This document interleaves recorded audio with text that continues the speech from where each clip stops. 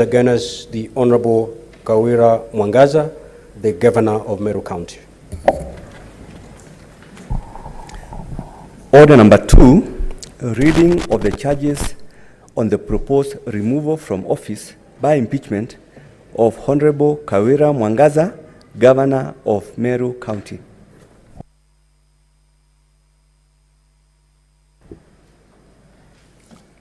The Honorable Kawira Mwangaza, Governor of Meru County, please take the stand.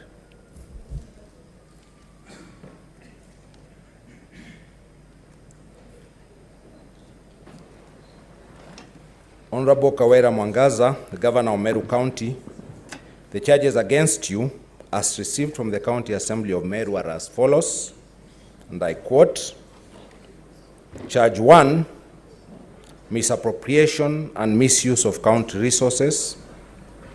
The Governor has grossly violated, among others, Articles 10, 73, 201, 226, Clause 5, 227, and 232 of the Constitution, Sections 8, 12, 13, 1, 16, 17, and 35 of the Leadership and Integrity Act 2012, that is the Integrity Act, Sections 55 and 66 of the Public Procurement and Asset Disposal Act 2015, that is the Procurement Act, and Sections 45, subsection 2, and 46 of the Anti-Corruption and Economic Crimes Act, that is the Anti-Corruption Act, by engagement, connivance, and/or complicity in the following.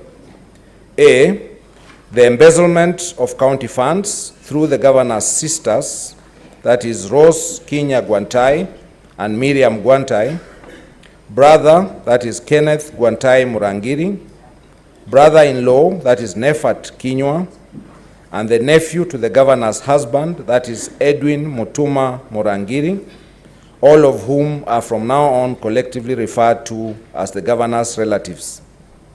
B, the withdrawal of county funds under the guise of payment for various supplies by the Governor's relatives, yet they, that is the Governor's relatives, are ineligible to tender for or supply any goods or services to the county government.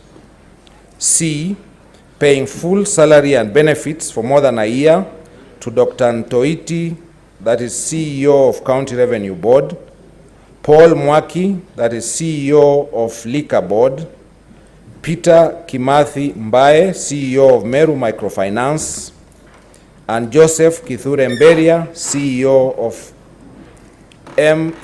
MEWASS, while knowing that those officers were not rendering any services to the county. And D, the diversion and misuse of county resources, including funds and motor vehicles, to run the Governor's private charity, dubbed Okolea, despite a previous promise to the Senate in the previous impeachment proceedings to refrain from conflating official county operations and Okolea operations. Charge number 2, nepotism and related unethical practices. The particulars of this charge are as follows. The Governor has grossly violated, among others, 1, Articles 10, 232, 235 and 236 of the Constitution, 2, Sections 12, 17 and 24 of the Public Officer Ethics Act 2003, 3, Sections 13(1)(b), F, 13(1)(b) and F, Section 16 and 24 of the Leadership and Integrity Act 2012, and 4, Sections 55, 59, 59A, 60, 62, 63, 64, and 65 of the County Governments Act 2012, that is the County Governments Act, by engagement, connivance, and/or complicity in the following. A, fraudulently misrepresenting the Governor's relatives as a technical team for purposes of travel to China to inspect and certify cancer treatment equipment, while knowing that the Governor's relatives are not medical professionals. B, employing Edwin Mutuma Murangiri, who is a nephew to the Governor's husband, as the CEO of Meru Youth Service, MYS, and the Acting Chief Officer of the Department of Finance. C, the designation of Nefat Kinyua, who is the governor's brother-in-law, as the Director of External Linkages without transparent and competitive recruitment. And D, assigning diplomatic duties, namely engagements with foreign diplomats and dignitaries, to her unqualified sisters, namely Miriam Guantai, PA, and Ross Guantai, bodyguard. Charge number 3, bullying, vilification, and demeaning other leaders. The particulars of this charge are as follows. The governor has grossly violated, among others, 1, Articles 10, 19, 2, 28, 73, 75, and 179 of the Constitution. 2, Sections 9B, 19, and 24 of the Public Officer Ethics Act. 3, Sections 29 and 34 of the Leadership and Integrity Act. And 4, Sections 30, subsection 2 and 3C and D of the County Governments Act, by engagement, connivance, and or complicity in, among others, the following. A, exclusion of the Deputy Governor from County Executive Committee meetings and other official functions. B, bullying, undermining, and posting insulting and demeaning messages about the Deputy Governor in a WhatsApp group styled Third Government 012, whose membership includes several officers who are subordinate to the Deputy Governor. C, encouraging and condoning insubordination and the making of insulting and demeaning public utterances by subordinate staff against the Deputy Governor and other elected leaders. D, bullying, undermining, and posting insulting and demeaning messages about the Deputy Governor in a WhatsApp group styled County Admin Services, whose membership includes several officers who are subordinate to the Deputy Governor. E, encouraging and condoning the removal of the Deputy Governor by junior officers from official county WhatsApp communication forums.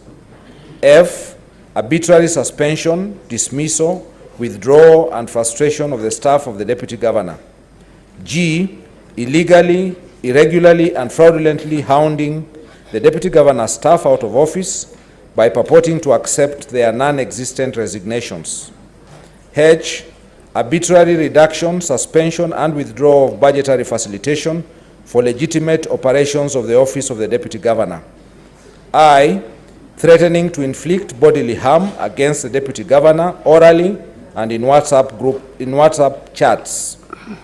J, forceful breaking, entry, and ransacking of the Deputy Governor's office. K, changing the locks of the Deputy Governor's office. L, arbitrary relocation of the Deputy Governor's office. M, arbitrary withdrawal of security from the Deputy Governor's residences. N, persistently making demeaning public utterances against other elected leaders despite the same issue featuring prominently in previous impeachment proceedings.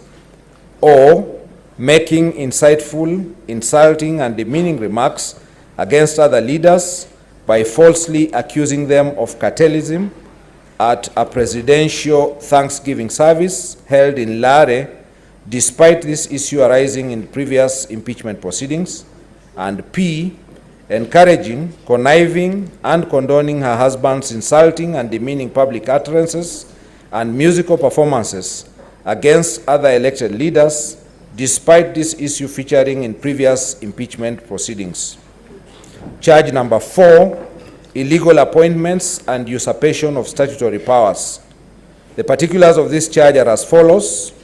The governor has grossly violated, among others, 1, Articles 10, 41, 201, 232, 235, and 236 of the Constitution. 2, Section 17 of the Public Officer Ethics Act. 3, Sections 45, 55, 59, 59A, 60, 62, 63, 64, and 65 of the County Governments Act. 4, Section 4 of the Public Appointments bracket County Assemblies Approval Act 2017. 5. Section 34, subsection 3 of the Public Service Commission Act 2017. 6. Section 9, subsection 2 of the Meru County Revenue Board Act 2014. 7. Section 4, subsection 2 of the Meru County Alcoholic Drinks Control Act 2014. 8. Section 11, subsection 2 of the Meru County Microfinance Corporation Act 2014. And 9. Section 18, subsection 2 of the Meru County Water and Sanitation Services Act 2014 by engagement, connivance, and/or complicity in, among others, the following: A. Appointing Kenneth Mwiti Riungu as a chief officer without county assembly approval. B. Sending Dr. Ntoiti, CEO of County Revenue Board, Paul Mwaki, who is the CEO of Liquor Board, Kenneth Kimathi Mbae, the Managing Director of Meru Microfinance Corporation, and Joseph Kithure Mberia, the CEO of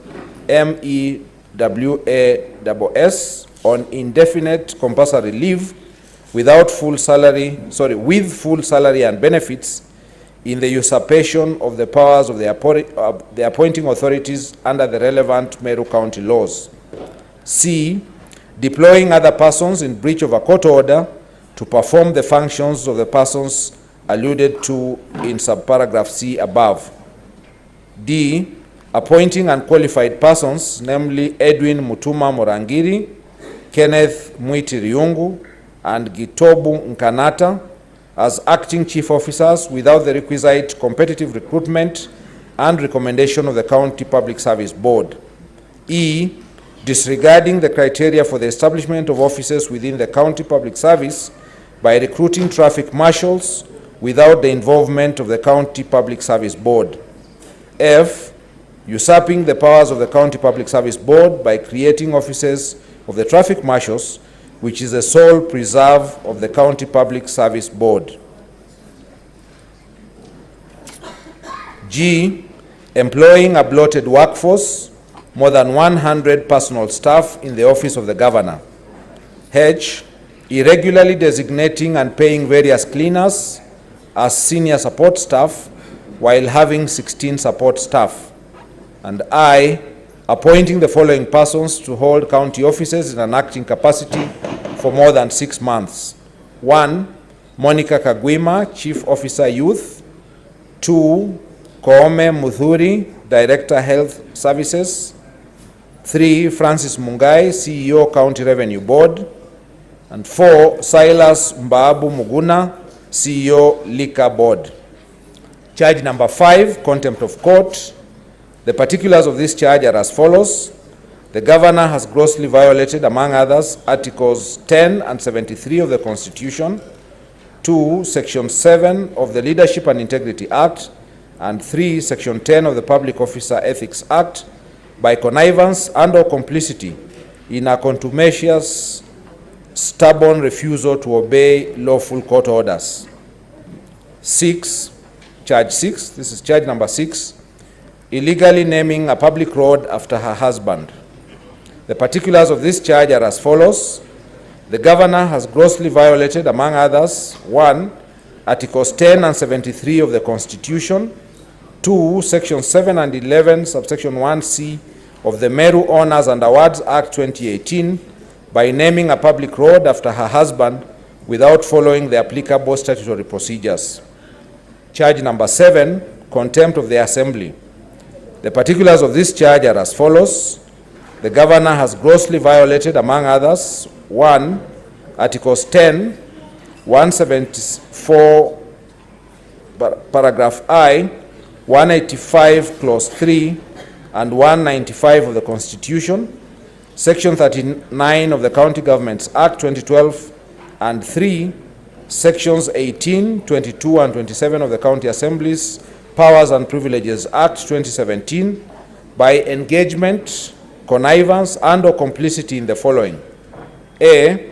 Refusal to honor lawful summons to appear before the Assembly's Sectoral Committee on Justice, Legal Affairs, and Cohesion to answer questions on the matters raised in the preceding parts of this impeachment motion, and B, directing her chief of staff and accomplice and lackey in malfeasance to write a contemptuous letter to the Assembly in response to lawful summons to appear before the Assembly's Sectoral Committee on Justice, Legal Affairs and Cohesion, and C, in the refusal by her CECM, Finance and County Secretary to furnish documents to the Assembly on the frivolous grounds that 1, an inchoate audit process was underway, and 2, the matters raised by the Assembly were sub judice, the latter frivolous ground being also disingenuous and contrived when viewed against the fact that the governor has already been convicted of contempt of court.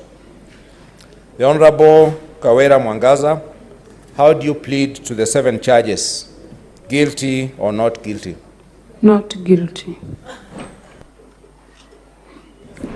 Thank you. You may proceed to take your seat, Honorable Governor. Next is the opening statement on behalf of the County Assembly. Council, you have exactly 30 minutes.